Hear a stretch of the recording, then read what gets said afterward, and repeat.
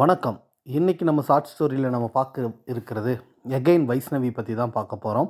Last week Vaishnavi டிஎம்கேக்கு join பண்ணதா அறிக்கை விட்டிருந்தாங்க. அவங்க நார்மலா ஃபேமஸ் ஆனது Instagramங்கிற ஒரு சோசியல் மீடியால தான் அவங்க ஃபேமஸ் ஆனாங்க. எல்லாருமே நம்ம அவங்கள Instagramல தான் பார்த்துருப்போம்.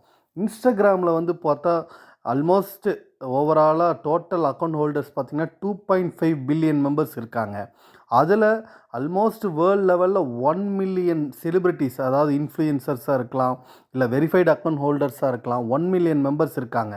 இப்பேற்பட்ட சோசியல் மீடியாவில் வைஷ்ணவி ஒரு சாதனை படைச்சிருக்காங்க. என்னன்னு பார்த்தீங்கன்னா, அவங்க டிவிகேலிருந்து டிஎம்கேக்கு ஜாயின் பண்ணுறேன்னு அறிக்கை விட்ட அடுத்த 1 ஹவரில் அவங்க அக்கௌண்ட்டை 50,000 பேர் அன்ஃபாலோ பண்ணிட்டு போயிருக்காங்க.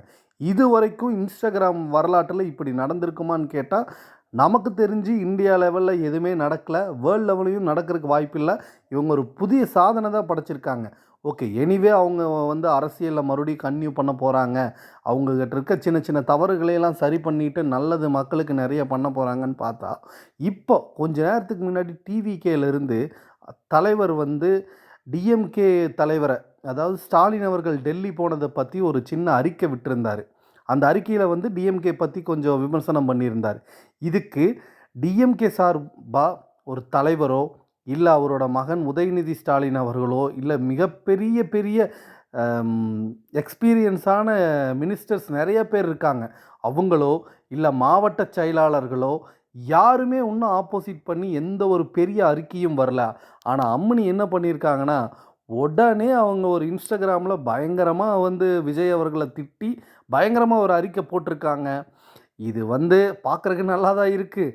ஆனால் திமுக வரலாற்றில் ஒரு உறுப்பினர் ஜாயின் பண்ணி வித்தின் 1 வீக்கில் இப்படி டைரெக்டாக இன்னொரு கட்சியோட தலைவரை திட்டி பேசுகிற அளவுக்கு யாருக்கும் இது வரைக்கும் உரிமையும் இருந்ததில்லை, யாரும் இது வரைக்கும் இவ்வளோ போல்டாக செஞ்சதில்லை.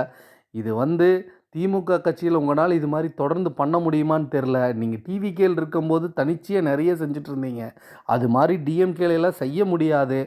பெட்டர் நீங்கள் இது மாதிரி பண்ணணும்னு நினச்சிங்கன்னா, தனியாக ஒரு கட்சி ஆரம்பித்து நீங்கள் இது போல் செஞ்சிட்ருக்கிறது தான் உங்களுக்கும் நல்லது, மற்றவங்களுக்கும் நல்லது. இனிமேல் பார்க்கலாம், போக போக உங்களோட செயல்பாடுகள் டிஎம்கேல எப்படி இருக்குது, டிஎம்கே கட்சி உங்களை எந்த அளவுக்கு நெக்ஸ்ட் லெவல் கொண்டு போகிறாங்கன்னு பொறுத்து இருந்து பார்ப்போம்.